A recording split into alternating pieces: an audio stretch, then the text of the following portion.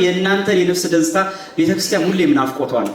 ከምንም በላይ ደግሞ ለልጆቻችሁ የምታወርሱ ግን ቃለ እግዚአብሔር ይዛችሁ ሄዱ። እሺ ወንድሞቻችን፣ እስከ መቼ እኛ ብቻ ጥቅስ ይጠቀስብናል? እኛም ጠቅሰን እንመስክር እንጂ እኛም የቤተክርስቲያኒቱን ትምህርት እንወቅ እንጂ እና ትምህርት ስትማሩ በተቻለ አቅም ብችል እየያዝን ነበረ መማር የነበረብን። ግን ምን ያደርጋል አልታልደልምና ሰንፈን ቀረን። ግን ቢያንስ እንኳን በአይምሯችን መዝገብ እንያዝ።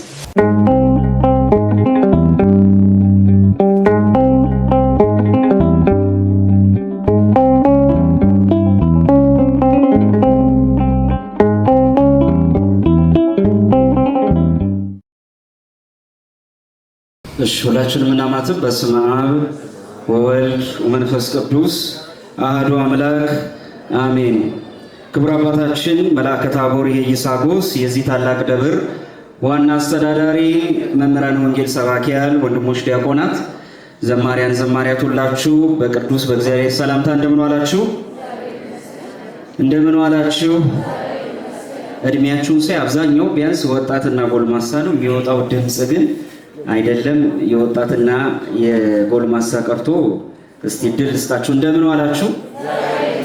እንደምን ሰነበታችሁ?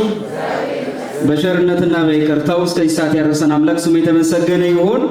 ለንጽሕተ ንጹሐን ለቅድስተ ቅዱሳን ለቅድስት ድንግል ማርያም ሐዋርያት አንድም የሞቷን ምስጢር አንድም የትንሣኤዋን መገለጥ አንድም እርገቷን አምላካቸው ያሳያቸው ዘንድ ሱባኤ የገቡበትን ታላቅ በዓል ነውና የምናከብረው። ጾሙን በሰላም ያስጀመረ አምላክ በሰላም ያስፈጽመን፣ በሰላም ያስፈጽመን።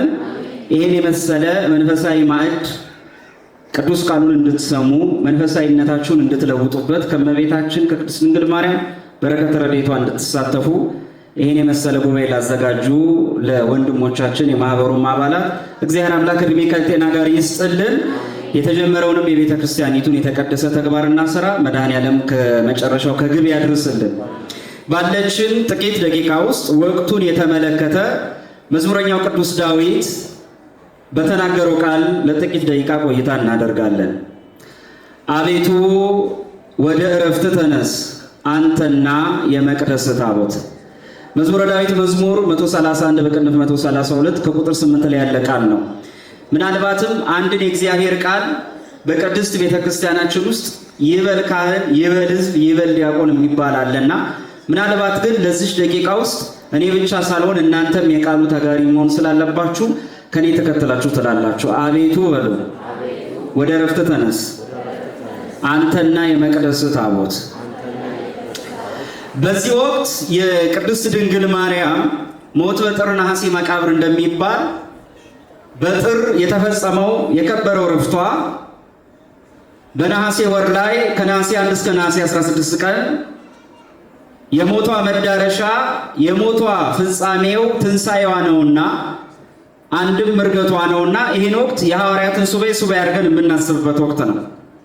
መዝሙረኛው ዳዊት አቤቱ ወደ ዕረፍት ተነስ አንተና የመቅደስ ታቦት ብሎ ተናግሯል።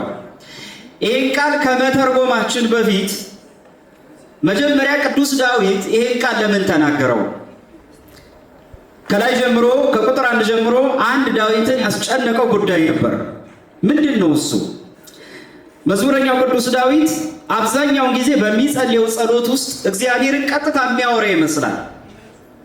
የቁስጥንጥንያው ሊቀ ጳጳስ የሆነው ቅዱስ ዮሐንስ አፈወርቅ አፈማር የምንለው የመዝሙረ ዳዊትን በጣም ከመውደዱ የተነሳ በእኛ በኦርቶዶክሳዊት ቤተክርስቲያን መሰረት ዳዊት ማስተዛዘል ይባላል። መዝሙረ ዳዊት የትኛውም አምልኮት ውስጥ በነገራችን ላይ ማንኛውም መንፈሳዊ ሱታፌት ውስጥ ቤተክርስቲያን ውስጥ መዝሙረ ዳዊት የሌለበት ቦታ የለም። እንደ መዝሙረ ዳዊት ጽኑ ጸሎት የለም። ጸባህ አጋንንትን የሚያርቅ ምስጢር የሚገልጥ ኃይለ መንፈስ ቅዱስን የሚሰጥ ጥባተ መንፈስ ቅዱስን የሚያድል መዝሙረ ዳዊት ነው። እና ዮሐንስ አፈወርቅ ስለ መዝሙረ ዳዊት ኃያልነት ሲናገር ምን ይላል? አንድ ክርስቲያን መዝሙረ ዳዊት ቢጸልይ ዳዊት ያገኘውን በረከት ያገኝ ዘንድ እግዚአብሔር ያድለዋል ይልና እነዚህን መዝሙረ ዳዊቶች ከፋፍሎ በዛ ዘመን ለነበሩ አገልጋዮች በዜማ መልክ ያስተምራቸው ነበር። በዚህ ደረጃ እንኳን የትናንቶቹ አባቶች በጣም ትኩረት የሚሰጡት ቦታ ነው ቤተክርስቲያን። ለዚህ ነው በቅዳሴ ሰዓት በምስባኳ መካከል የምትጠቀመው በዜማ ምስባክ እንኳን መዝሙረ ዳዊት ነው። ዳዊት የማይዘከርበት የጸሎቱ ስፍራ የማይነገርበት ቦታ የለም። እዚህኛው ምዕራፍ ላይ ግን አንድ ዳዊትን በጣም ያስጨነቀው ጉዳይ አለ። የቤተ መንግስት ስራ እጦት አይደለም፣ በጣም የተንጣለለ ቤተ መንግስት አለ። መብልና መጠጥ አይደለም፣ ንጉስ ነው፣ ምንም አይቸግረውም መብልና መጠጥ። ይሄ ጸሎት ዳዊት የዘውትር ልመናውና ናፍቆቱ የነበረውን ጉዳይ እግዚአብሔርን የጠየቀበት ጸሎት ነው። ዘውትር ዳዊትን የሚያስጨንቀው ጉዳይ አንድ ነገር አለ። ምንድነው እሱ? እኔ በተንጣለለ ቤት ውስጥ እኖራለሁ፣ ለእግዚአብሔር ቤተ መቅደስ ግን ወይም ለእግዚአብሔር ታቦት ግን የምታድርበት ድንኳን የላትም ወይም ቤተ መቅደስ የላትም ብሎ ነው። በሙሴ አማካኝነት ዘጸአት ምዕራፍ 25 ላይ ታቦተ ጽዮን ከተሰጠች አንድም ሁለተኛ ጊዜ ከተሰራች በኋላ እግዚአብሔር በእጆቹ ቃሉን ከጻፈ በኋላ የበረሃው ጉዞ እስኪጠናቀቅ ድረስ ከዛም በኋላ ታቦቷ ታርፍ የነበረው በድንኳን ውስጥ ነው።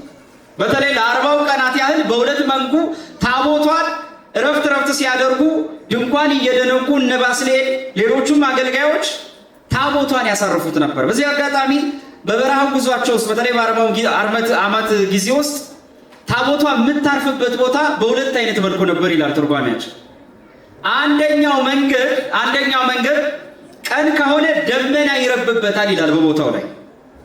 ሁለተኛው ሌሊት ከሆነ ደግሞ የብርሃን ወይም ማህተት ተቋም ማህቶት ወይ የብርሃን ምሰሶ ይተከልበታል። እዛ ቦታ ላይ ሄደው ነው ዝም ብለው ማቆም አይችሉም ነበር። ይሄ ዘጸአት 26 ላይ የአዲስ ኪዳኗ ማናይቷ ቤተክርስቲያን ይሄን ስርዓት ያዘችና በፍትሐ ነገሥት ላይ በእንተ ቤተክርስቲያን በሚለው አንቀጽ ላይ ማንም ቤተክርስቲያንን ሊያንጽ ቢወዳሉ ኃይለ እግዚአብሔር ፈቃድ እግዚአብሔር ካልተገለጠበት በቀር አያንጽ፣ ኤጲስቆጶስ መጥቶ ካልባረከው በቀር አያንጻም። ይሄ ስርዓት ደመና የተባለ ብርሃን የተባለ ፈቃድ እግዚአብሔር ነው በአዲስ ኪዳን። ታዲያቺ ታቦት ግን ለዘመናት ቤተ መቅደስ ማደሪያ አልነበራትም። እየሰማችሁኝ ነው? ምን አልኩኝ? በነገራችን ላይ ለምን እየሰማችሁኝ እንዳልኩኝ ልንገራችሁ። አይኖቻችሁ የሉም፣ ወደ ምስራቅ ተመልከቱ ያልክ ይመስል ሁላችሁ ወደ በሩ ነው አይናችሁ። ሐሳባችሁን ወደዚህ ያሰብስቡ። እሺ፣ ስትማሩ ቢያንስ ለትንሽ ደቂቃ እንኳን ቃለ እግዚአብሔር ተምራችሁ ሂዱ። ትንሽ ደቂቃ ቢያንስ እቤታችሁ ስትሄዱ ቢያንስ ልጆቻችሁን የምትነግሩት ዕውቀት ይዛችሁ ሂዱ። በዚህ አጋጣሚ ጉባኤያት የሚዘጋጁበት ዋና ዓላማው እነዚህ ወጣቶች እናንተን እዚህ ያመጧችሁ በጣም ጉባኤው ደስ ሲል ዛሬ በደንብ እንዴት ደስ ብሎ የመጣው እንድትሉ አይደለም። እውነት ነው፣ የእናንተን የነፍስ ደስታ ቤተክርስቲያን ሁሌም ናፍቆቷ ነው። ከምንም በላይ ደግሞ ለልጆቻችሁ የምታወርሱ ግን ቃለ እግዚአብሔር ይዛችሁ ሂዱ። እሺ ወንድሞቻችን፣ እስከ መቼ እኛ ብቻ ጥቅስ ይጠቀስብናል? እኛም ጠቅሰን እንመስክር እንጂ እኛም የቤተ ክርስቲያኒቱን ትምህርት እንወቅ እንጂ። እና ትምህርት ስትማሩ በተቻለ አቅም ብችል እየያዝን ነበረ መማር የነበረብን። ግን ምን ያደርጋል አልታልደልምና ሰንፈን ቀረን። ግን ቢያንስ እንኳን በአይምሯችን መዝገብ እንያዝ። ጊዜያችሁን ሰዋችሁ እዚህ ድረስ መጣችሁ። ዛሬ እዚህ ቃለ እግዚአብሔር መማር አለብኝ ብላችሁ የለ የመጣችሁት። እቤት ስትሄዱ ቢያንስ ሚስቶች ለባሎቻችሁ የምትይዙትን ቃለ እግዚአብሔር ስትይዛችሁ ሂዱ። እስቲ እስከ መቼ ቃለ እግዚአብሔር ደስ ብሎን ወጣን እንበል። አንዳንዴም ቃለ እግዚአብሔሩን ተምረ ለልጆቻችሁ ከምግብ ጋር ንገሯቸው። የዛሬው ቃለ እግዚአብሔር ልጅ ሆይ እንዲህ ብዬ ተምሬያለሁ፣ ስለመቤታችን እንዲህ ብዬ ተማርኩ ብላችሁ ልጆቻችሁ ሃይማኖት አውርሷቸው። እስከ መቼ የሌላው መሳለቂያ ሆነን እንኖራለን?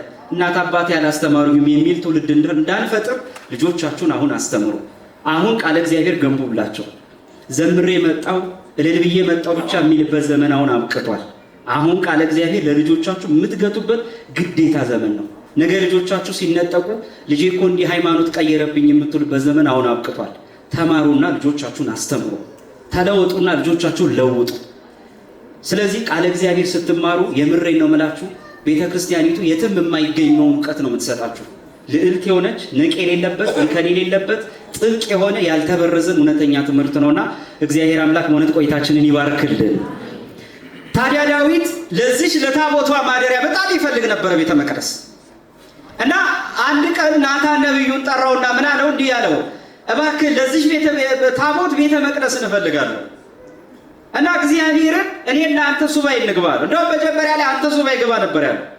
አንተ ለምትለምነው ልመና እኔ ለምን ሱባኤ እገባለሁ አለ። ከምዕራብና ከምስራቅ ወደ ሁለቱም ሱባኤ ገቡ። ዳዊት በሱባኤው ወቅት የጸለየው ጸሎት ይሄ ነበረ። ከቁጥር 1 ጀምሮ እንዲህ ይላል። አቤቱ ዳዊትን ገርነቱን ሁሉ አስብ፣ ለእግዚአብሔር እንደማለ ለያዕቆብም አምላክ እንደተሳለ በእውነት ወደ ቤቴ ድንኳን አልገባም፣ ወደ ምንጣፌ አልጋም አልወጣም።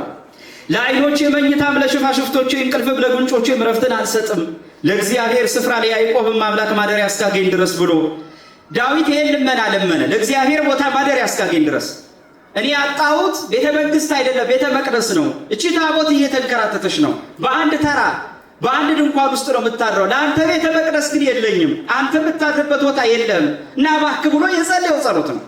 ታዲያ የሱባኤው ማጠናቀቂያ አካባቢ ላይ እግዚአብሔር ለናታን እንዲህ አለው፣ ሂድና ንገረው ቤተ መቅደሴን አሰራም አለው። በኋላ ናታን ፈራ። ሄደ እንዳይነግረው ነገር ዳዊት እንዳይቆጣውም አሰበ። በኋላ ምን አለ፣ እባክህ ንገረኝ፣ እግዚአብሔር ነግሮሃል፣ ሳትፈራ ንገረኝ እባክህ፣ እግዚአብሔር መሻትን ሁሉ ሰማ ዝግጁ ነኝ አለው።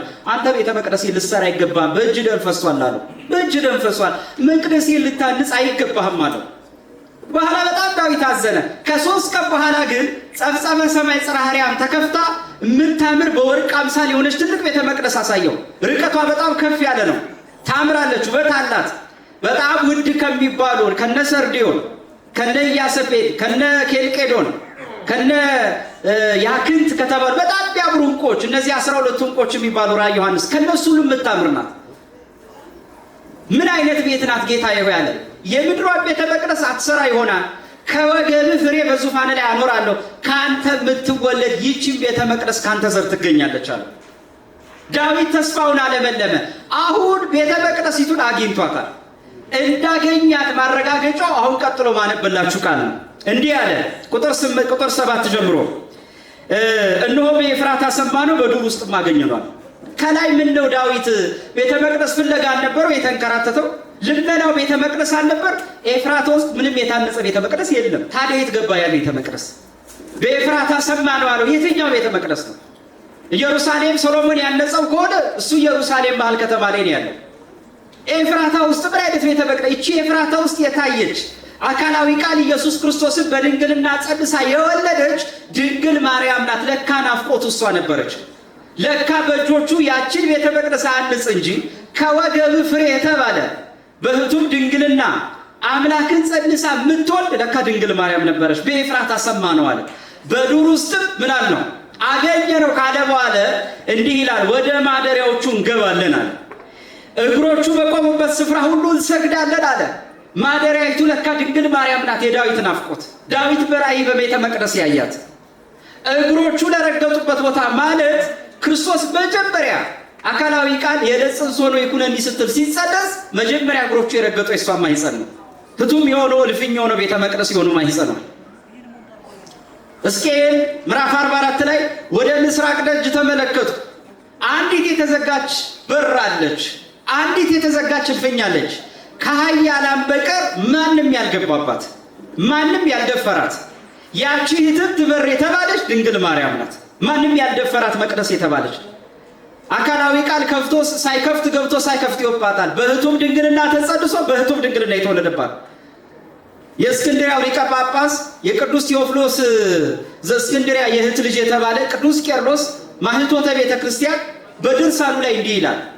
እኛ ግን ይላል ወደ 12 የሚደርሱ ለንስጥሮስ የጻፈለት ደብዳቤ ያለ መልሶች፣ እነዚህ አናቴማዎች አሉ። ወደ 12 የሚደርሱ ቃለ ውግዘቶች እና እዛ ላይ ምን ይላል? 6ኛው ውግዘቱ ላይ በውኑ ክርስቶስ አለ ከመቤታችን ከቅድስት ድንግል ማርያም በህቱም ድንግልና ተጸንሶ በህቱም ድንግልና መወለዱን የማያምን ቢኖር ይህ ከጉባኤ ምዕመናን የተለየውን ይልና ሲያብራራው እኛስ ቃል ካንቺ በድንግልና መጸነሱን አለ ከራስ ላይ በሚፈስ በቅባት ዘይት እንመስለዋለን አለ። በራስ ላይ ቅባት ዘይት ሲፈስ ይሄ ራሳችሁን ቀዶ ተርትሮ ርሳት ወይም መድማት ተገኝቶበት አይደለም። አካላዊ ቃልም ካንቺ ማኅፀን ሲጸነስ የዕለት ጽንስ ሆኖ ሲታይ በህቱም ድንግልና ነው አለ። መወለድሽን ደግሞ አለ ከሰውነት በሚወጣ የላብ ወዝ እንመስለዋለን አለ። ወዝ ከሰውነታችሁ ሲወጣ ህቱም እንደሆነ ቆዳችሁን ሳይተረትርና ሳያደማ ነው። ቃል ካንቺ ሰው ሆኖ በተዋሕዶ ተጸንሶ ሲወለድ ግን ማኅተመ ድንግልናሽን ሳያጠፋ ነው አለ። ለመወለዷ ምንም ከእናት ከአባቷ በዘር ቢሆን እሷ ግን አምላኳን በዘር በሩካቤ አልወለደችም። በሆነ ስሟ የተመሰገነ ይሁን፣ ስሟ የተመሰገነ ይሁን። ስለዚህ ነው እመቤታችንን ወደ እግሮቿ ስፍራ እንገባለን ያላት ያቺ የተዘጋች መቅደስ ድንግል ማርያም ናት። ቅዱስ ኤፍሬም የተባለ የቤተ ክርስቲያን አባት በአንድ ድርሰቱ ላይ ስለ እመቤታችን ባስተማረው ላይ እንዲህ ይላል። እመቤታችንን ከቀዳማይቱ ወይም አሁን ካለችዋ ገነት አለቃ ትበልጣለች። አንቺ ከገነት ትበልጫለሽ ይላታል። ከገነት ትበልጫለሽ። ስለ ፍጥረቶችን እየዘረዘረ የሚያወዳድርበት አንቀጽ አለ። እና ለምንድን ነው እሷ ከገነት የምትበልጠው ሲል በገነት ውስጥ አውሬና ሰይጣን ገብቶ ወጥቶባታል ይላል። በአንቺ ህቱም በሆነ ማህፀንሽ ህቱም በሆነ የድንግልና ህሊናሽ ውስጥ ግን አንድም አውሬ የተባለ ክፉ ኃጢአት አንድም ጸባህ ጋንንት አንቺ ህሊና ውስጥ ሊደፍር አልወደደም አለ። በገነት ውስጥ አለ እግዚአብሔር ታምቷል አለ። አምላክ ብትሆኑ ኖሮ ጸበለስን ብትበሉ ኖሮ ምን ትሆኑ ነበር አለ? አምላክ ትሆኑ ነበር አለ። እግዚአብሔር ታማ ሔዋን መከላከል አልቻለችም። በአንቺ ህቱም በሆነም እንደ ድንግልና የጸና በተባለ ህሊናሽ ውስጥ ግን እግዚአብሔር አልታማም አለ ቅዱስ ኤፍሬም። በገነት ውስጥ ጸበለስ ተቆርጦ ህግ ተጥሷል። በአንቺ ህሊና ውስጥ ግን አንድም የተላለፍሽው ህሊና ኃጢአት የለም ይላል። አንድም የተላለፍሽው ህግ የለም ይላል። ከገነት አንቺ ትበልጫለሽ ይላታል። ከሔዋንም አንቺ ትበልጫለሽ ይላል።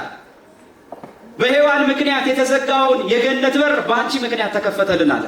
እንደውም ቅዱስ ዮሐንስ አፈወርቅ 86ኛው አንቀጽ ላይ እንዲህ ይላል። ቅዱስ ዮሐንስ አፈወርቅ ሴቶች ሆይ ዕዳ ነበረባችሁ ይላል። ምን ነበረባችሁ? እስቲ መልሱልኝ። ሴቶች ሆይ በሉ። ዕዳ ነበረባችሁ። አዎ ሴቶቹ ከፍቷችኋል፣ ግን የግዳችሁ ያላችሁት ይሆንላችሁ። እዚህ በዘሩባቤል ዘመን አንድ የተከሰተ እንደውም ነገር ልንገራችሁ። ስለ ሴትነት ሲነሳ ወደ እመቤታችን ከመምጣቴ በፊት ዘሩባቤል መኮንን ሆኖ በዳሪዮስ ዘመን በነበረበት ሰዓት ጠላት ድል አድርገው ፋርስ ድረስ ይመለሳል እና ሶስቱ መኳንንት ዳሪዮስ ውስጥ እንደገባ እስቲ ክርክር እናንሳና ያሸነፈ ንጉስ ይሸለመው ተባለ። እሺ ምንድን ነው ሲባል አንዱ ከዓለም ላይ በጣም ትልቁና ግርማ የሚፈራው ነገር ምንድን ነው? ንጉስ አለ አንዱ። ለምን? ንጉስ ቃሉ ረዘመ ተብሎ አይቀነስም፣ አነሰ ተብሎ አይጨመርበትም ማለት አነሰ ተብሎ ምን አይልም። ኧረ እንደውም ንጉስ አይደለም ኃያሉ ፍርሃት ነው ለካ። ሁላችሁም ዞራችሁ ልክ ወደዚህ ሀሳባችሁ ንጉስ አለ በጣም ከሁሉም ይበልጣል። አንተስ ሁለተኛ። እሱ ደግሞ ምን አለ? አይ መጠጥ አለ። ለምን? ጠቢቡንም አስክሮ እርቃኑን የሚያስቀር ጠቢብ የተባለው ብቻ ሲሆን ነገስታትንም አዋቂና የሚከበሩ ሰዎችን የሚያዋርድ መጠጥ ነው አለ። ሶስተኛውስ አንተስ ምንድነው ሲባል ሴት ትበልጣለች አለ። ለምንድን ነው ሲባል ወይን ተካዩንም የምትወልድ እሷ ናት አለ። ማንንም የምትወልድ እንዴት ነው ነገሩ? እዚህ ያለው ባናት የሚተክል ነው ያለው እንጂ ወይን የሚተክል የለም መሰለኝ። መልሱልኝ እንጂ ምን ተካዩን የምትወልድ ወይን ተካይ። ሁለተኛ አለ ንጉሱንም የምትወልድ እሷ ናት አለ። ስለዚህ ሴት ትበልጣለች አለ። ማን ትበልጣለች? ዘሩባቤል ሴት ትበልጣለች አለ። ግን በደንብ አስተውሉ። ለክፋቱ ቀዳሚ ናት። ለምኑ? ለጥንካሬው። ይሄ ዝም ብዬ አላልኩም። እንደውም የኢትዮጵያ ሊቃውንት ሲተረጉቱ ይላሉ። በደንብ ተከተሉ። እሳት ውሃን ምን ያሸንፈዋል? እሳትን ምን ያሸንፈዋል? ውሃ አይደለ? ውሃን ምን ያሸንፈዋል? ነፋስ ያማተዋል አይደል? ነፋስን ምን ያሸንፈዋል? መሬት ይገድበዋል። መሬትን ምን ያሸንፈዋል? ሰው ይቆፍረዋል፣ ያርሰዋል። ስንፈልግ እንተረተም እንደፈለግን እናደርገዋለን። አሁን የምንጣላው በመሬት አይደል ችግራችን? አዎ ከመሬቱ ሳንሻል ቀርተን እኮ ነው። እሺ ሰውን ምን ያሸንፈዋል? አረ ከተማውን ወጣ ብሎ ወደ አፍ የሚገባ ነው ሰውን እያስቸገረ ያለው መጠጥ ነው። እሺ መጠጥን ምን ያሸንፈዋል? ስካር አይደል? ሲበዛ ስካር ነው። ስካርን ምን ያሸንፈዋል? እዚህ ያለው ጨዋ ነው። መድኃኒዓለም ይመስገን። አሜን በሉ። እሺ ስካርን ምን ያሸንፈዋል? እንቅልፌ በየትቦ ተኝቶ የምታገኙ ሰው ሁሉ እንደዛ አይደል እንዴ? እንቅልፍን ምን ያሸንፈዋል? ሞት። ከእንቅልፍ በላይ ያለችው ምንድነው? ሞትን ምን ያሸንፈዋል ሲሉት ጠቢቡ ሶሎሞንን ጠይቁት ይላል። ለምን? ሶሎሞን መክብብ 4 ላይ ከሞት የከፋች አንድ ነገር አገኙ። እሷም ጠማማ ሴት ናት አለ። ምንድን ናት አለ? አሁን ገና ነው ሚስጥሩ የገባቸው ሴቶች። ክፋትንም በመክፈት አንደኛ ናት፣ በጎነትንም ለመክፈት መስመር ናት። በሔዋን ያጣነውን ጸጋ በድንግል ማርያም ላይ። ስለዚህ ነው ዮሐንስ አፈወርቅ ሴቶቹ ዕዳ ነበረባቸዋልና እንዲህ ያለ 86ኛው አንቀጽ ላይ በእናንተ ምክንያት ነው ከገነት የወጣን ብለው ይዘባበቱባችሁ ነበረ። ድንግል ማርያም መጣችና ግን ወደ ገነት አፈለሰቻቸዋል። ምክንያቱስ ከእርሷ የተወለደው ኢየሱስ ክርስቶስ ነው። የሲኦልን ባህር እየቀደደ የሲኦልን ባህር እየከፈለ ነፍሳትን ወደ ገነት ያወጣ ለቃል ርደት ለአምላክ መጸነስ ምክንያት የሆነች እሷ ናት። ሁለተኛ ሴቶቹ ምን ይሏቸው ነበረ? ወንዶቹ ይላል በብሉይ ኪዳን እናንተ እኮ የተገኛችሁ ከኛ ከወንዶቹ ነው፣ እኛ ነን የእናንተ ጥንት መገኛ ብለው ይመኩ ነበረ። በኋላ ግን ከዳግማይቷ ሔዋን ዳግማይ ኢየሱስ ክርስቶስ መጣና ግን ከሴቲቱ ወንድ ተገኝቶ አሳየቻችሁ ይላል። እንደው መጨረሻ ላይ የመርገሙ ማሰሪያ ልጥ ባንቺ ተበጠሳለ፣ ባንቺ ተበጠሰልን፣ ባንቺ ድነት ሆነልን ይላል። መዝሙረኛው ዳዊት ቀጠለና አቤቱ ወደ ዕረፍት ተነስ አንተና የመቅደስ ታቦት አለ። የትምህርታችን ርዕስ ይሄ ነው። አንተና የመቅደስ ታቦት ማለት በቀላል ቋንቋ አንተ የተባለ ኢየሱስ ክርስቶስ ነው። የመቅደስ ታቦት የተባለች ድንግል ማርያም ናት። ለምን? ታቦቱ ለክርስቶስ ትባላለች እመቤታችን። ቃል በተዋሂዶ በማኅፀኗ ያደረባት ማኅደረ መለኮት የምንላት ድንግል ማርያም ናት። ለዚህ ነው ከእመቤታችን ስሞች መካከል አንደኛ ወላዲተ አምላክ የሚለው ነው። ሁላችሁም በሉ ወላዲተ በሉ። አምላክ ምን ማለት መሰላችሁ? የአምላክ እናት በሉ። የአማኑኤል እናት፣ የጌታ እናት፣ የቸሩ እናት፣ የኤልሻዳይ እናት፣ የአምላክ የፈጣሪ እናት፣ የእግዚአብሔር እናት፣ የአዶናይ እናት። አምላክን ልትገልጹ በምትችሉት ቋንቋ ሁሉ እሱ ላይ እናት እናት እያላችሁ ቀጥሉለት። ምክንያቱስ ቅዱስ ያሬድ እንዲህ አለ፣ መጠኔ መጠንኪ አዝማኔ አዝማንኪ አላት። መጠንሽ መጠኔ ነው አላት ቅዱስ ያሬድ በድጓው። አዝማኔ አዝማንኪ ዘመኖች ዘመንችሽ ነው። ማን ነው? አብ ነው ተናጋሪው። ለአብ ሰጥቶት ነው ቅዱስ ያሬድ የሚናገረው። ምን ማለት ነው? መጠኔ መጠንሽ ነው ማለት እመቤታችን ከአብ የምትተካከል ሆና ሳይሆን አምሳያ የሆነሻል ማለቱ ነው። አምሳያ ለምን? እመቤታችንን ትንቢተ ሕዝቅኤል ምዕራፍ 44 ትርጓሜያችን እንዲህ ይላል፣ የአብ ምሳሌ እንልሻለን ይላል። የማን ምሳሌ? ለምን? ኢየሱስ ክርስቶስ አካላዊ ቃል ወልድ ሁለት ልደታት እንዳሉት እናምናለን። አንደኛው ቅድመ ዓለም ከአብ፣ ሁለተኛው ድኅረ ዓለም ከእመቤታችን። ስለዚህ አስተውሉ፣ አብ ያለ እናት የወለደው ድንግል ማርያም ያለ አባት ወልደዋለች። ስለዚህ በመውለድ ክርስቶስን አብን መስሏለች። ስለዚህ አርአያው ለአብ የአብ ምሳሌው ትባላለች። መጠኔ መጠንኪ ያላት መጠኔ መጠንሽ ነው አለ። አምሳያ የሆነሻል ሲላት ነው። ሁለተኛው ወልድ ኢየሱስ ክርስቶስ ለአብ አንድያ ልጅ እንደሆነ ለእመቤታችንም አንድያ ልጅ ነው። ለእመቤታችንም አንድያ ልጅ ነው። ብቸኛ በመጽሐፍ ቅዱስ ውስጥ በዚህ አጋጣሚ ነቢያት ቢጸልዩ አምላካችን ብለው ነው የሚጸልዩት።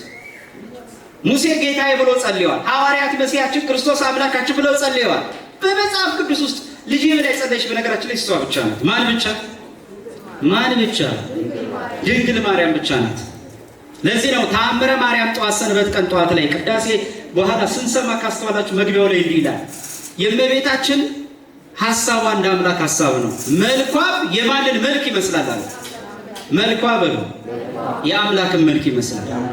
አሁን አንድ ጥያቄ ልጠይቃችሁ፣ ይህንን በደንብ ነው እንፈታላችሁ። ስሙኝ። በቅዱስ አምብሮስ ዘሚላን ግን ከሱ ከመግባቴ በፊት አንድ ነገር ልጠይቃችሁ። አንድ ልጅ ከተወለደ በኋላ በደንብ ስሙኝ፣ መልኩ ማንን ሳይመስል ሲቀር ነው ችግር የሚሆነው? ሴቶች ሁሉ አባትን አሉ፣ ወንዱ ዝም ምስኪን አንገቱን ደፋ። ማንን ሳይመስል ሲቀር ነው እዚህ ሁሉ ችግር አለ ማለት ነው። ወንዱ ተገርቦ አንዳንዱ ነጠላውን በእጁ ይዞ በደንብ እየተገርቦ እያያችሁ ያለ። እሺ ማንን ሳይመስል ሲቀር ነው መልኩ?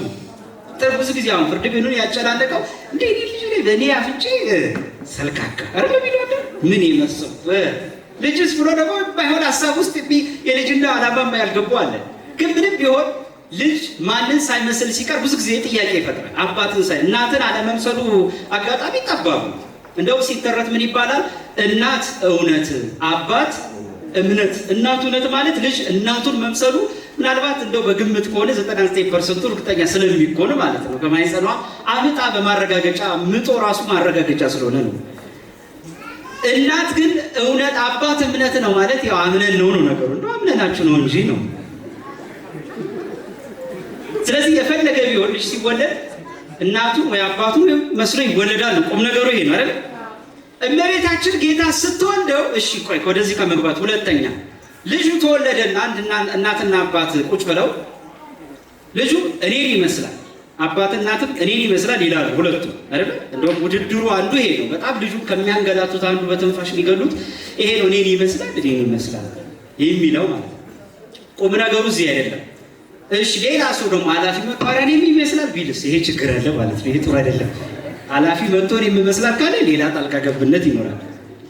ግን የፈለገ ቢሆን እናትም አባትም ኃላፊነቱን መውሰድ የኔ ነው ማለት ክርስቶስን ብቸኛ ልጄ ማለት የሚችሉ ሁለት አካላት ብቻ ናቸው። አንደኛው እግዚአብሔር አብ ብቻ ነው። ባሕርይ ዘባሕርይ አካል ዘእምአካል የወለደው ልጁ ከብርሃን የተደዚህ እኮ ነው። አርዮስ የተባለ ቤተክርስቲያን የተነሳ አንድ የቤተክርስቲያን የተነሳ መናፍቅ ነበር። ምን አለ? አብ ወልድን ወለደው ማለት ፈጠረው ብሎ ነው ብሎ ክህደትን ክርዳድን አስተማረ። እኛ ቤተክርስቲያን ሊቃውንት በ325 ዓመተ ምህረት አውግዘውታል። እንደውም ጸሎታችን ላይ ምን አሉ? አብ ወልድን ወለደው ማለት ፈጠረው ማለት አይደለም ብለው በሃይማኖታቸው እነ ቅዱስ አትናቴዎስ፣ እነ ሆሴዎስ ዘኮርዶባ፣ እነ ዮስጣቴዎስ ዘእስክንድርያ አጽድቀው ወስነው አሳልፏታል፣ አሻግሯታል ቤተክርስቲያን። እና በጣም ይገርማችሁ ጸሎተ ሃይማኖት የሚለውን ድርሰት ያኔ ነው የተደረሰው። እና ምን ይላል ሁላችሁም ታውቁታላችሁ። ከብርሃን የተገኘ ብርሃን የሚያስገኘው ምንን ነው? ብርሃን ነው፣ ቢጤውን ነው፣ አምሳያውን ነው። አብ ብርሃን ነው፣ ወልድም ብርሃን ነው። ስለዚህ ከእርሱ መስሎ አህሎ የተገኘ የአምላክ ልጅ አምላክ ነው፣ የፈጣሪ ልጅ ፈጣሪ ነው፣ የጌታ ልጅ ጌታ ነው። አዎ ከብርሃን የተገኘ ብርሃን፣ ከእውነተኛ አምላክ የተገኘ እውነተኛ አምላክ የተወለደ እንጂ ምክንያቱም አርዮስ ምን ብሏል? አብ ወልድን ወለደ ማለት ፈጠረዋል። ይሄ ደግሞ ስውት ትምህርት ነው። ይሄ ደግሞ የተወገዘ ነው። ሃይማኖተ አበውም ላይ ቃለ ውግዘት የተባለው በነዛ ግዝት ውስጥ ምን ይላል? አብ ከወልድ የመወለዱን ነገር እንደ ሩቅ የሚያይ ቢኖር አለ እንበስጦጊያ የሚያይ ቢኖር ይህ ከጉባኤ ምዕመናን የተለየ ይሆን አለ። በእውነት ከመለየት ይጠብቀን መድኃኒዓለም። ስለዚህ አስተውሉ በደንብ። ክርስቶስን ልጄ ማለት የሚችሉ ሁለት አካላት ነው። አንደኛው አብ ነው። አንተ ልጄ ነህ ዛሬ ወለድኩ አለ በዮርዳኖስ ባህር ነው። በእርሱ ደስ የሚለኝ የምወደው ልጄ ማቴዎስ 3:17። ሁለተኛ ልጄ ነው ማለት የምትችል ማን ብቻ ናት ከፍጥረታት መካከል? ስሟን ለመጥራት የሁሉ ዘገያችሁ፣ እኔ ትፈጥናላችሁ ብዬ ገምቼ ነበር። ማን ናት? በዚያው አጋጣሚ ማርያም የሚለው ስም በጣም ብዙዎች ያነሳሉ። አሁንም እንዲሁ የእሷን ስም በጣም ታበዛላችሁ የሚላለን። እንዴ ጌታ 33 ዓመት የጠራው ስም እኮ ነው። ክርስቶስ እኮ አፉን የፈታበት ስም እኮ። በዚያው አጋጣሚ ክርስቶስ እኔ የምሰሉ ስላለ እሱ ማርያም ማርያም ብሎ ስላደገ እኔ እሷን ስም እጠራለሁ። ክርስቶስን ነው የምመስለው። ጌታ ብሏል እኮ እኔ ከማደርገው በላይ ታደርጋላችሁ አላለም? ብንችልማ እሱ ከጠራት በላይ አብረናት ኖረን በጠራናት። አገልጋዩ ሆነን የጫማዋን አፈር እያበስን ባገለገልናትና ሁልጊዜ ማርያም ሆይ እንዴት ሆኜ ልታዘዝሽ እያልን ስሟን ደጋግመን በጠራን። ርቃብና ማለት እንደው አሁን ከዘመኑ አልደረስን ሆነን እንጂ ደርሰንማ ቢሆን ኖሮ እንዴት እንደሚጠራ እናሳያቸው ነበር፣ ጉሮሮ ላንቃችን እስኪበጠስ ድረስ። ብዙዎች ስለሚያነሱ ነው ማርያም ሲባል ለምን ታበዛላችሁ ይላል። አላበዛ ነው።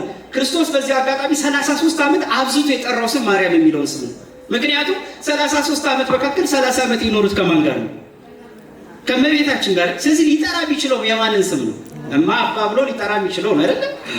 ደግሞ ይሄ ስል አደራ ጥቅስ እንዳትጠይቁ። አሁን ዘመኑ ደግሞ እንደው የመደናቆር ነው። አሁን ማርያም አላት ብዬ ደግሞ ጥቅስ ሊል እኮ ነው። እሺ ለምሳሌ አዲስ ሰው ጋሽ እሸቴ ነው አባትሽ ይባል እና ጋሽ እሸቴ አባቴ ቢባል እንደው ማስረጃ ትባለሽ? አባትሽ እኮ ነው። ታዲያ ማን ልትይው ነው? ክርስቶስ ይገባችሁ? ማን ልትይው ነው ታዲያ? ስለዚህ ነው እመቤታችን መልኳ የአምላክን መልክ ይመስላል ሲል አንደኛው ድብድባቷ ማንን ይመስል ነበር? ክርስቶስ። ስለዚህ ነው ለሃ ማርያም በተባለ የአባ ጊዮርጊስ መጽሐፍ ላይ እመቤታችን እያለቀሰች ወደ ቀራንዮ ስትሄድ 3 አካላት እንዲህ ብለው ተናገሩ። ግማሾቹ ምን አሉ? በከተማ አይተናት አናውቅም አሉ ይላል። ያደገችው እኮ የኖረችው እኮ ገሊላ ነው። እመቤታችንን ቅዱስ ኤፍሬም ምን ይላታል መሰላችሁ? ይኸውላችሁ እንዲህ ይላታል፣ ምግባሯ የቀና የዋሃትና ርኅርኅት በከተማይቱ ከመታየት ይልቅ ዕለት ዕለት እግሮቿ ቤተ መቅደስ መርገጥን የሚወዱ ይላታል። ብዙ ጊዜ ከተማ መታየት የምትወደ አልነበረችም። አውታታ ስራ ፈታ አልነበረችም። እንደውም አንገታቸውን እንዳደነደኑ የዕብራውያን ሴቶች አይደለሽም ማለት። የምን ሴቶች? አንገት ማደንደን ታውቃላችሁ እህቶች? አንገት ማደንደን አታውቁም?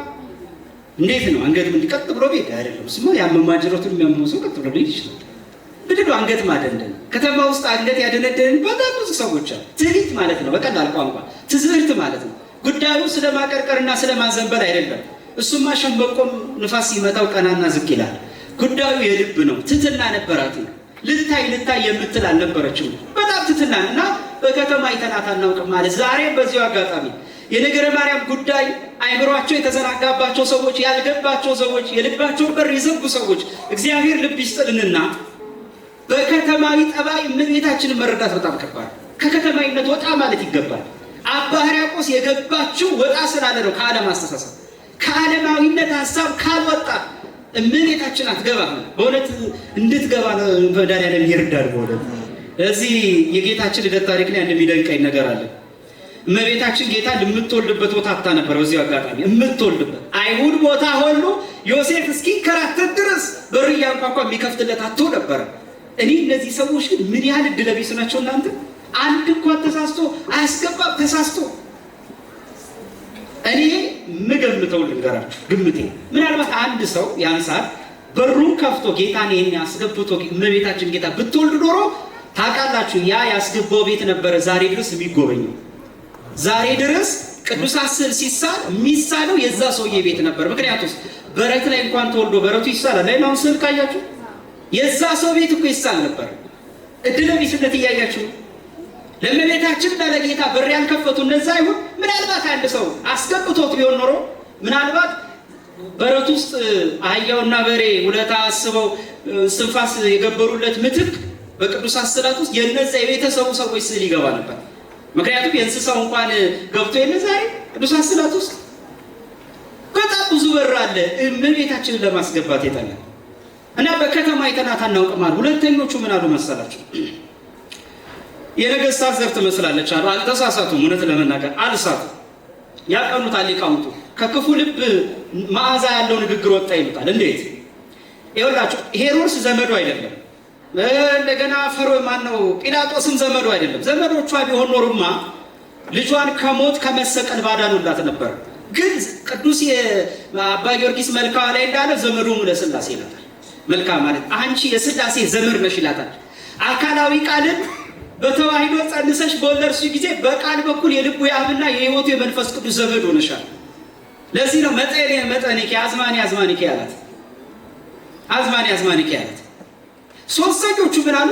የተሰቀለውን ትመስላለች አሉ። እመቤታችን ደክሟት አልቅሳ በዛ እንባ ውስጥ ሆና እንኳን ክርስቶስን የምትመስልበት መልክን ማንም ሊፍቀው አልቻለም። እንባ ሊፍቀው አልቻለም። ሐዘን ሊያጠፋው አልቻለም። ስለዚህ እመቤታችን ሳትናገር ሳትጮህ እንዲህ ነኝ ሳትል መልኳ ብቻ ወንጌል ነው ክርስቶስን ይሰብክ ነበር። ቅዱስ አምብሮስ ያልኳችሁ ቅድም ምን አለ?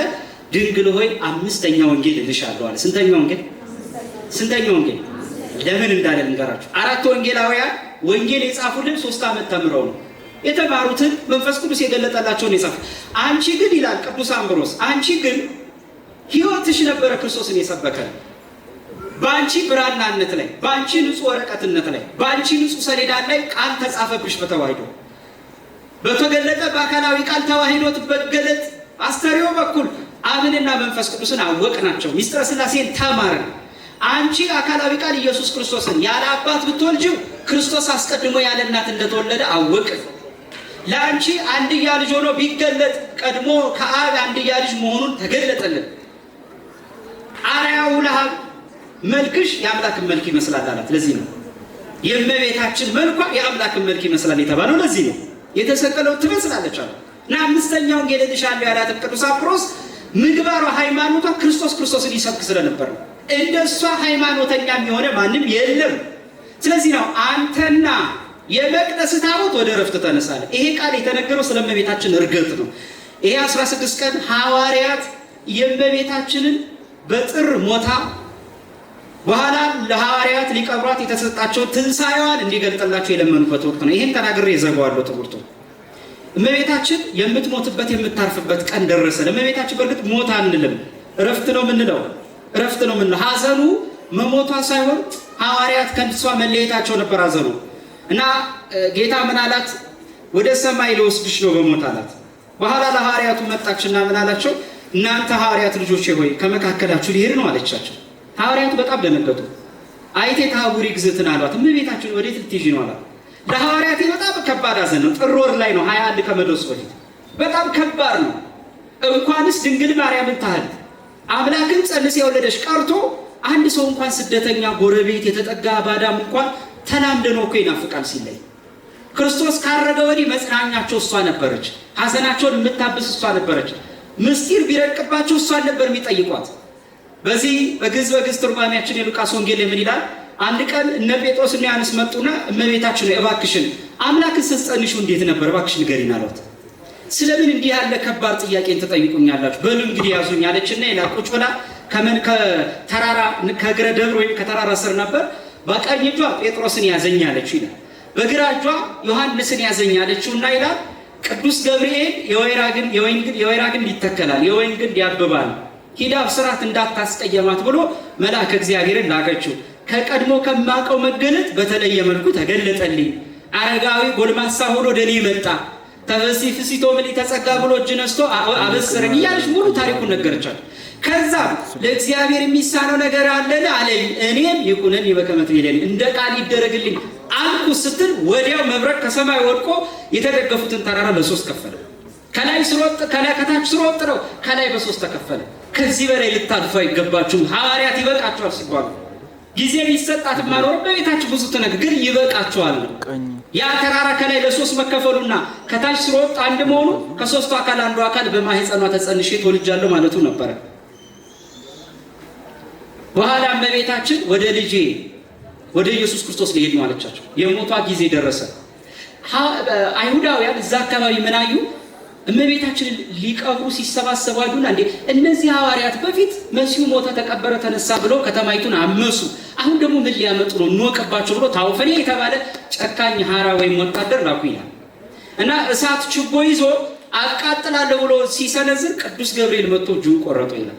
በኋላ አበስኩ ይቅር በለኝ አምላኬ ሆይ ብሎ ወደቀ። እመቤታችንን ተማጸነ። በኋላ ቅዱስ ዮሐንስ ወንጌሌ ወደ ቀደመ እጁ መለሰለት ይላል። ወለስም የተመሰገነ ይሁን። ወዲያው ቅዱስ ሚካኤል ከሰማይ እንደ ንብ አውራ ኃይላት ነገድን ሰብስቦ የከበረ አስከሬኗን ወደ ሰማይ ነጥቆ ተወሰደ። አብሮ ወንጌላ ዮሐንስን ይዞት ሄደ። በኋላ ከዕፀ ሕይወት ሥር አኑሯት። ዮሐንስ ተደነቀ።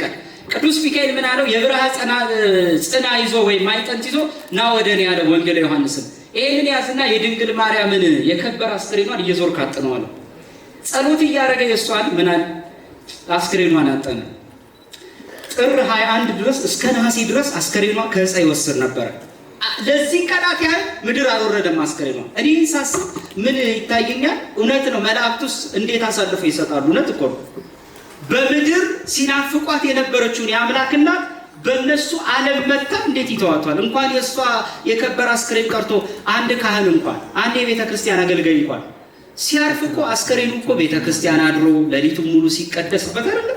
ያን ሊቀ ጳጳስ እንኳን ሰውነት እንኳን የእሷን ቀርቶ የሊቀ ካህኑ እናቱ ቀርቶ የአምላክ እናት ቀርቶ መላእክት ወደ እርሷ ዓለም ስለመጣች ቅድስቲቱን ታቦት አንሰጥም ብለው ምን ማለት ነው? አንሰጥም ስላችሁ በከበረ ፍቅር በከበረ ምስጋና ከጥር እስከ ነሐሴ ሲያመሰግኑ አሰነበቱ።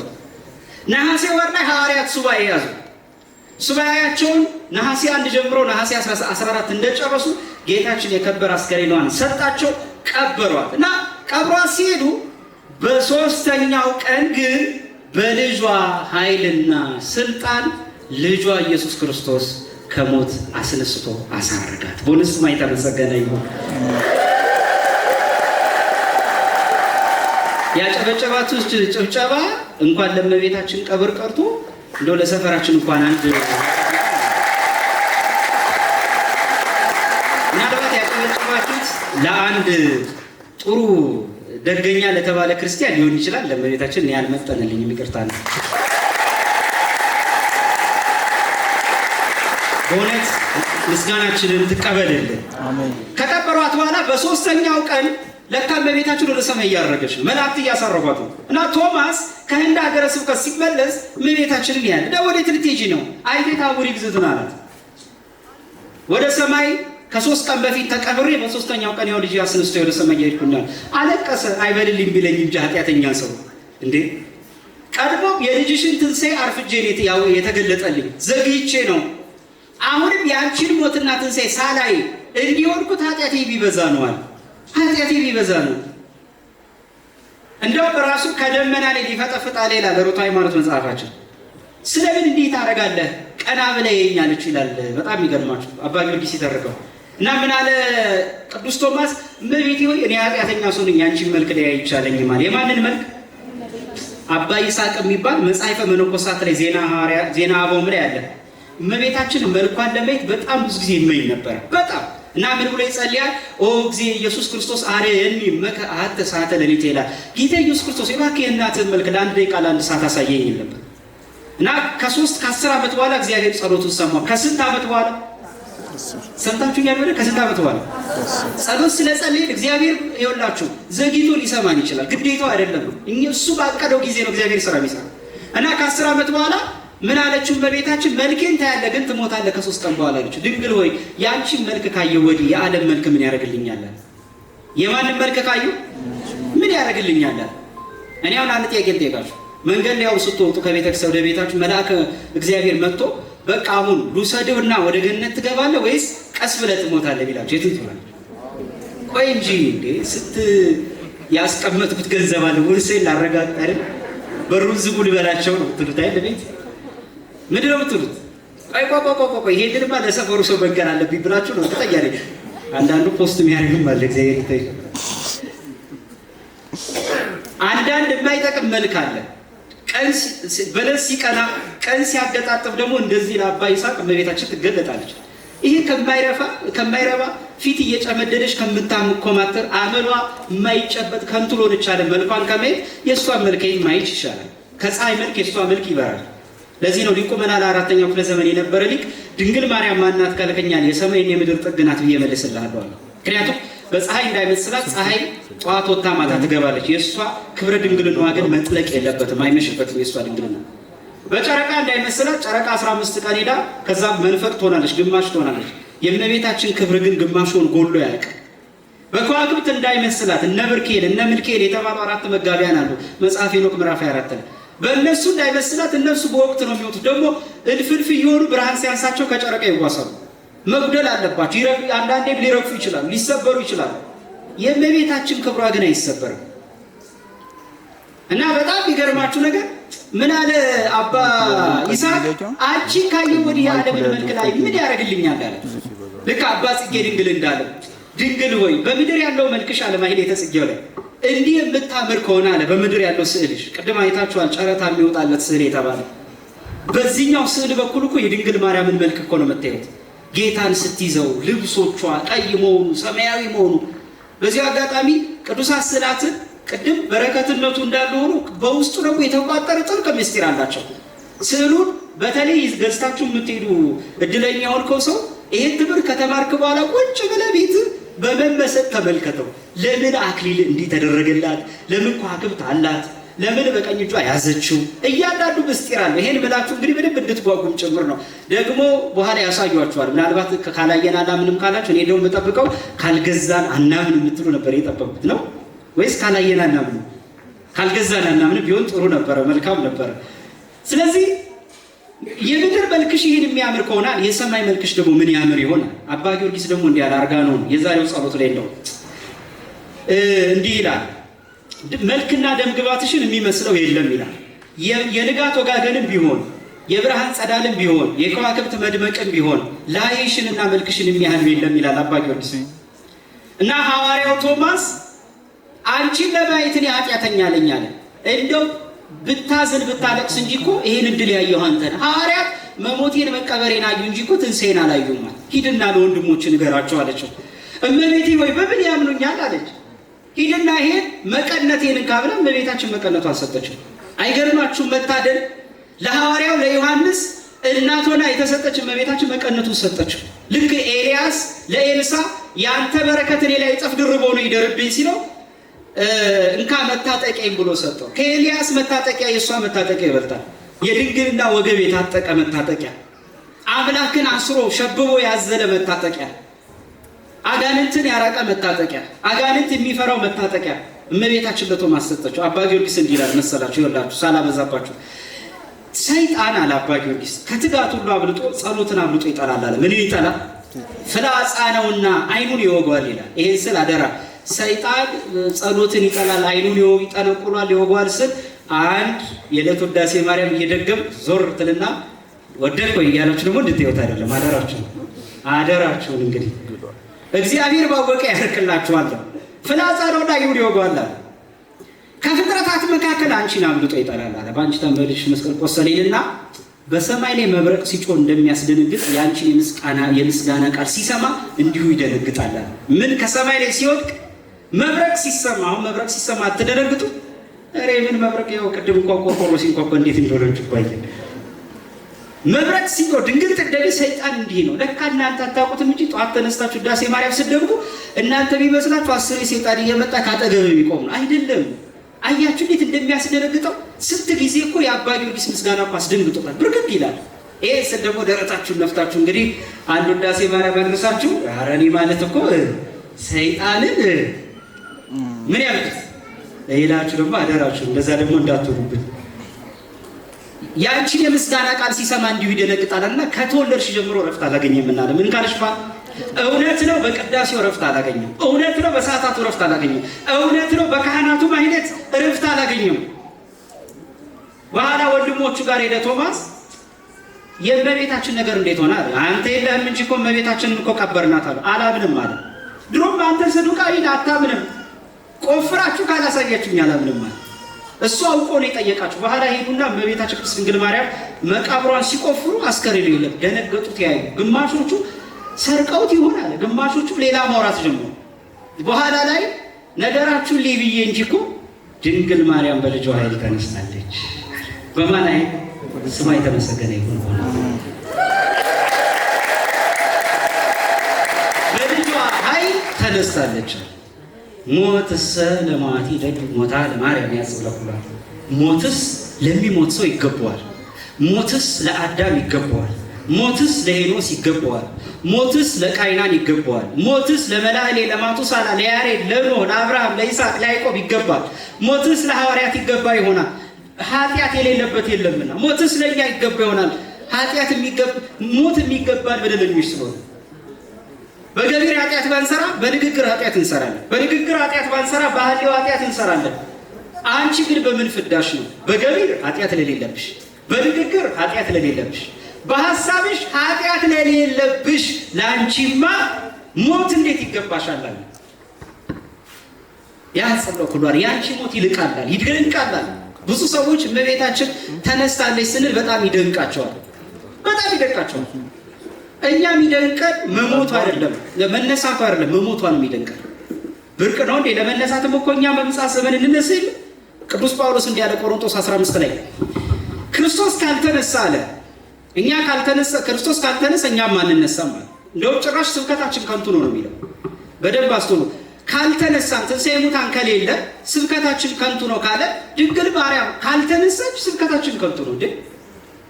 እኔ አለመነሳቴ ክርስቶስ ካልተነሳ ትንሣኤ ከንቱ ካደረገውና እኔ ማልነሳ ከሆነ ድንግል ማርያም ትነሳለች ሲባል ምን የሚሉት ሙግት ነው? እንደው የምቀኛ ሙግት እኮ ነው እንዴ?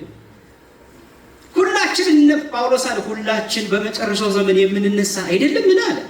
ለምን ለሱ አስቀድሞ አስነሳት ማለት ይሄ የምቀኛ ጎረቤት ጥያቄ የምቀኛ ጎረቤት ማለት ነው። ደግ አደረገላት ሲያንሳት ነው። እኛ የደነቀን መሞቷል። እንዴት ትሞት? ያለ ኃጢአቷ እንዴት ትሞት? ሞት ሰላማት ይደም ለሚሞት ሰው ሞት ይገባል። በኋላ ነው በአመቱ እንደገና ይላል ርቱዕ ሃይማኖትን ታምረ ማርያም ድጋሚ ሱባ ይገቡ ሁለቴ ነው የገቡት። ደግሞ ትንሣኤውን ግለጥልን ብለው ይሄንን አሁን እኛ ምን ጾመውን ጾሞት ድጋሚ አጽንተውልን ዛሬ ድረስ ከሐዋርያት የጀመረው ጾም ዛሬ ድረስ ጸንቶ ቆይቶልናል። አንተና የመቅደስ ታቦት ወደ ረፍት ተነሳ፣ ወደ ረፍት ተነስ። ለበደለኛ ለኛ ሞት ይገባናል። አንቺ ግን በምን ዳሽ? ምክንያቱም ኃጢአት ላሰራ ነው። ቅዱስ ገብርኤል የሚገርመኝ መጥቶ ሲያበስራት ትጸንሲ ወትወልጂ አላት። ትጸንሲ ወትወልጂ ትጸንሻለሽ ምን ትያለሽ? ከሶስቱ ቅዱስ አንዱ ቅዱስ ምንድን ነው ያለችው? ይህ ነገር እንደምን አሁን ለምሳሌ አንዲት ሴት ሐኪም ቤትም ሄዳ እንደው ጸንሰሻል ብትባል በዘንድሮ በዓለም እንዳሉት ከሆነ በዓለማዊ አስተሳሰብ ከሆነ ከማ አይደለም ብትልም ከነጩ ከጥቁሩ ያ ባለመኪናው ልትል ትችላለች። ያረጅሙ ቢያንስ የፈለገ ቢሆን በገቢር ባታውቃቸው በሃይምሮ ገብቶ የሚወጣ ስንቶ እንዳለ በሐሳብ አይደለም አይደል? እንደውም ጥያቄ ቅድም እንደውም መርሃ ግብሩን የመሩልን ሰዎች ስልክ ብለዋል። እኔም በተራይ ስልክ ላስወጣ ስልክ አውጣ እንደው በጣም ከታላቅ ክብር ጋር አይገባኝም፣ ግን ስልካችሁን ያዙ። እየቀረጹ ያሉ ሰዎች ደስ አላቸው። እየቀረጹ ያሉ ሰዎች ስልክ ያዙ፣ በጣም ደስ አላቸው። ያዙ ዝም ብላችሁ እንደው አንዴ ግልጤቃችሁ ያገባችሁ፣ ለምሳሌ ያገባችሁ ከሚስታችሁ ውጪ ሴቭ ያደረጋችሁት የሀገር ስልክ ካለ ደልቱ። ትደልታላችሁ? አሁን ከባድ ጥያቄ ሆነባችሁ አይደል? ይህ ነገር እንደምን ይሆንልኛል ያላችሁት አሁን ነው እናንተ። እመቤታችን ቅድስት ድንግል ማርያም ስለምትደንቀኝ እኮ ነው። ትጸንሻለች ስትባል ይህ ነገር እንዴት ይሆን? ጭራሹኑ ሐሳቧን የላትም። ጭራሹኑ በአይምሯ እንደው እግሊሁ ብላ እንኳን ያሰበችው የለውም። ህትምት የተባለው አይምሯ ለዛ ነው። ድንግል ነሽ በአይምሮሽ አይደለም። ኃጢአት የኃጢአቱ ብናኝ እርግፍጋፊ እንኳን የለብሽ። ይኸውላችሁ እሷ ንጹሕ ናት። አሁን መነኮሳት መናኞቹ ንጹሐን ስንል ኃጢአት ሲመጣ እንደገና ሲያስወጡት፣ በጾም በጸሎት ሲመጣ መነኮሳቱ ሲያስወጡት፣ በተጋድሎ ሲያርቁት ነው። እሷ ጭራሹኑ ከሩቅ ነው የምታረቀው ኃጢአትን። ደፍሮ ወደ ሕሊኗ ገብቶ የወጣ እንኳን ኃጢአት የለም። ልሞክር ያለ እንኳን ኃጢአት የለም። በዚህ ደረጃ ገነትን ኪሩቤል ከሚጠብቋት በላይ መንፈስ ቅዱስ እሷን የጠበቀበት ድንቅ አሰራር ይበልጣል። አዳምን አትገባም ብሎ ከከለከለ የኪሩቤል ኃይል በላይ በእሷ አይምሮ አጋንንት አይገባም ብሎ የጠበቀ የመንፈስ ቅዱስ ኃይል ይበልጣል። ኃይል ይበልጣል። ስለዚህ ነው እመቤታችንን ሲዘክር መዝሙረኛው ዳዊት አቤቱ ወደ እረፍት ተነስ አንተና የመቅደስ ታቦት አለ። ከእመቤታችን ከቅድስት ድንግል ማርያም በረከት ረድኤቷን ያሳትፈን። ወስብሐት ለእግዚአብሔር አሜን።